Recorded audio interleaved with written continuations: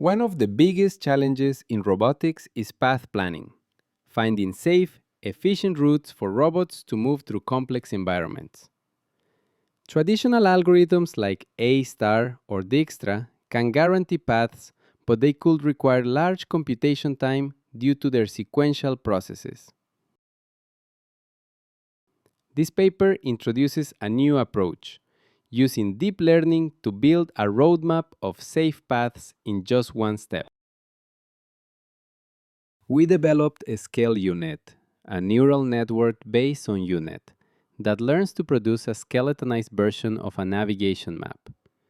Instead of testing millions of possibilities, SkelUnet performs one-shot sampling, creating a roadmap that connects all three regions of the environment instantly.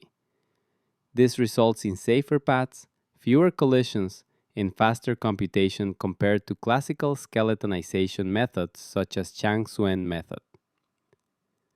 We trained SkelUnet on more than 12,000 maps and validated it in drone simulations.